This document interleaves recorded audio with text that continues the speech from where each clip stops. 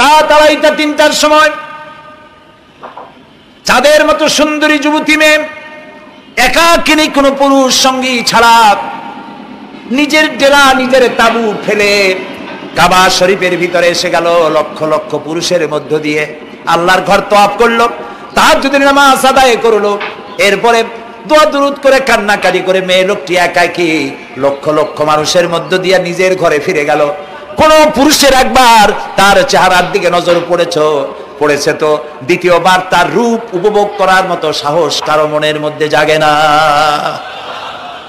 হাজার বছরের ইতিহাস, মক্কা থেকে, মদিনা থেকে, আরাফাত থেকে, মুজদালিফা থেকে, মিনা থেকে একটা নারী লাঞ্ছিতা হয়েছে, ধর্ষিতা হয়েছে, অপমানিতা হয়েছে, এর ইতিহাস নয়। প্রিয় ভাই সব, প্রসঙ্গক্রমে এই টঙ্গী লক্ষ লক্ষ লোকেদের সমাবেশ হয়, আলহামদুলিল্লাহ বলে। হতেই পারে তাবলীগী জামাতের ভাইরা এখানে উপস্থিত হন, সারা দেশ থেকে, বিভিন্ন দেশ থেকেও লোকজন আসে, এক জায়গায় বসে আল্লাহ বিল্লাহ করে, মোনাজাত করে। এটা মনে আসলো তাই বলতেছি। কেউ কেউ এটাকে খুব বাড়াবাড়ি করেন। সে বাড়াবাড়িটা হলো, কেউ কেউ বলেন আরাফাতের পরেই দ্বিতীয় এই সমাবেশ। এই বেয়াদবি শব্দটাকে উচ্চারণ করবেন না আল্লাহর হস্তে। কোথায় টঙ্গী, কোথায় আরাফাত, আর কোথায় টঙ্গী? কি এর সাথে আপনি কি মিলান?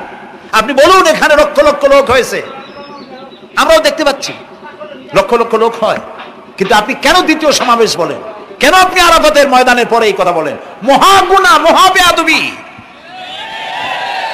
আরাফাতে যাওয়া ফরজ, টঙ্গীতে আসা নফল নয়। আপনি কিসের সাথে কি তুলনা করেন?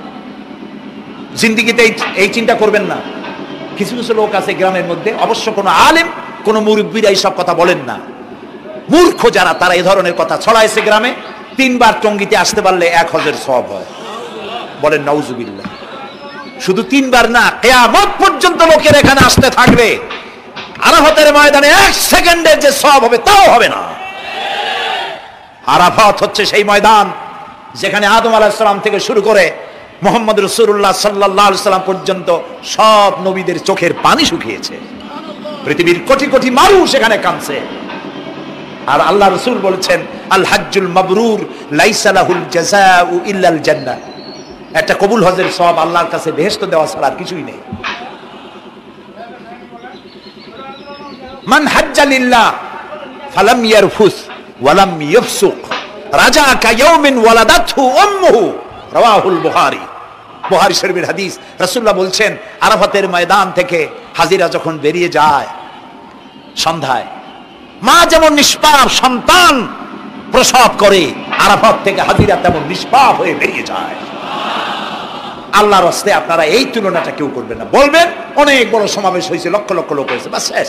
এটা দ্বিতীয় সমাবেশ, আরাফাতের পরে এটা দ্বিতীয় স্থান অবলম্বন করেছে, এইসব বাজে কথা আর একদিনও বলবেন না। মহাবেয়াদবি যদি কেউ বলে থাকেন, আস্তাগফিরুল্লাহ পড়ুন, বলেন আস্তাগফিরুল্লাহ। আল্লাহ সবাইকে ক্ষমা করুন, বলুন আমিন। এখানে আসলে দোয়া কবুল হবেই, কোনো গ্যারান্টি নেই, কোনো গ্যারান্টি নাই। কিন্তু রাসূলুল্লাহ বলেছেন আরাফাতের ময়দানে দোয়া কবুল হয়। রাসূলুল্লাহ বলেছেন, আল্লাহর ঘরের কাছে দাঁড়ায়া, মুলতাজিমে দাঁড়ায়া এমন কোন দোয়া করি নাই যে আল্লাহ কবুল করেন নাই। কাজে এই সব চিন্তা করবেন না। প্রিয় ভাই সব, রসুলের প্রতি ঈমান আনতে হলে রসুলের জীবনকে জানতে হবে। রসুলের জীবন আমরা অনেকেই জানি না। বাংলা ভাষায় বহুত বইপত্র বেরিয়েছে রসুলের জীবনী সংক্রান্ত, মেহেরবানি করে কিনবেন এবং পড়বেন। রসুলের প্রতি ঈমানের অর্থ হলো রসুলুল্লাহর পা থেকে শুরু করে মাথা পর্যন্ত সবটা আমল করা এবং তাকে মোহাব্বত করা। রসুলকে কি করবো আমরা?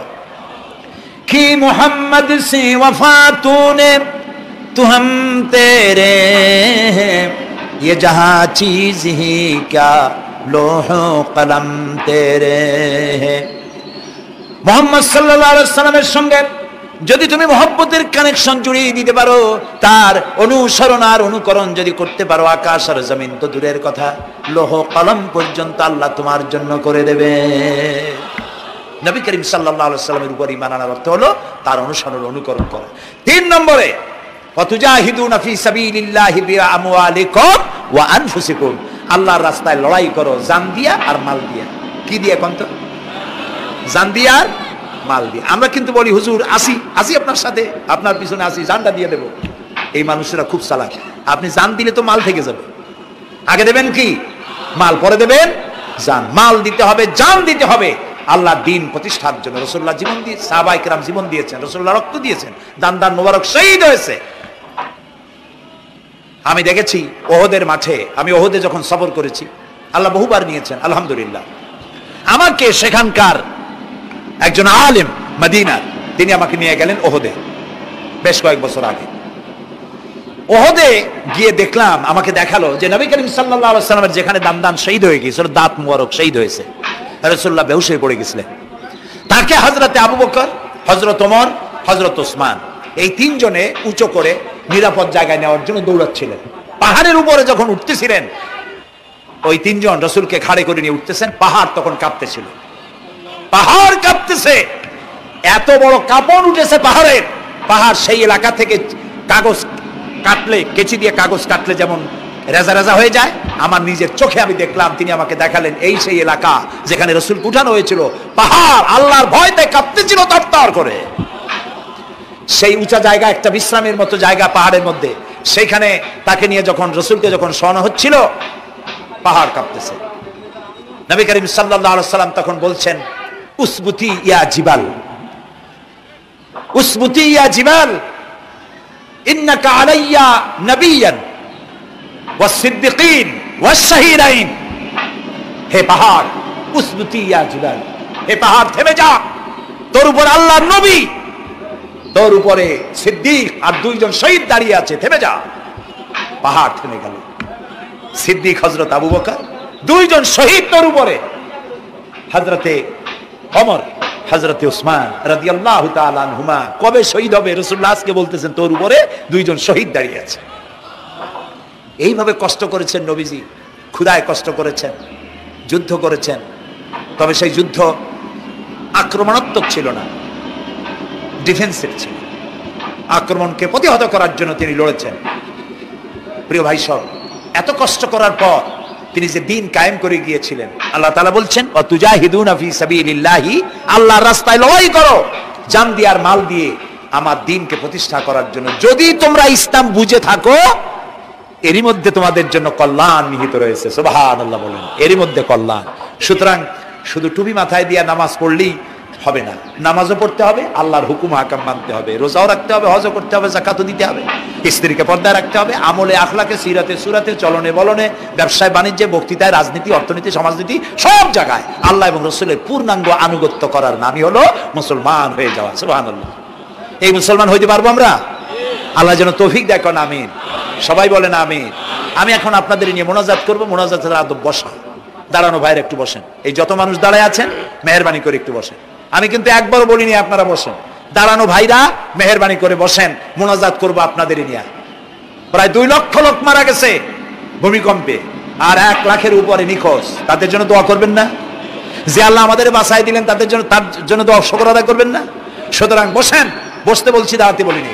মোনাজাতের জন্য সবাই বসেন, আর একটু জোরে সরে জিকির করেন, লা ইলাহা লা ইলাহা।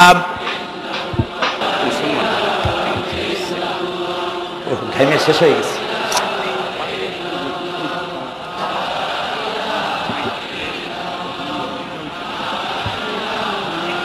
বয়স কত?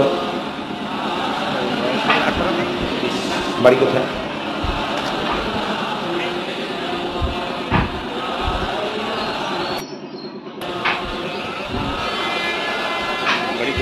একটু জোরে, লা ইলাহা।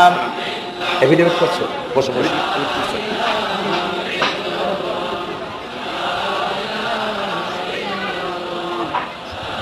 আচ্ছা, আমি তো মোনাজাতের কথা বলছি। মোনাজাত থুয়ে যদি কেউ হাঁটে, তো এটা একটা বড় বদকিসমতির ব্যাপার।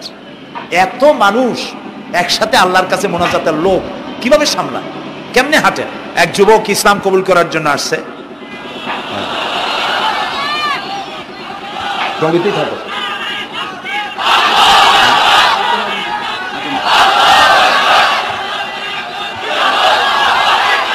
জি,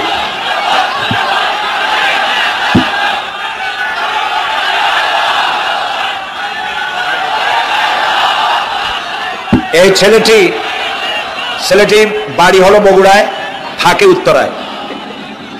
এই ছেলের বাপের নাম শ্রী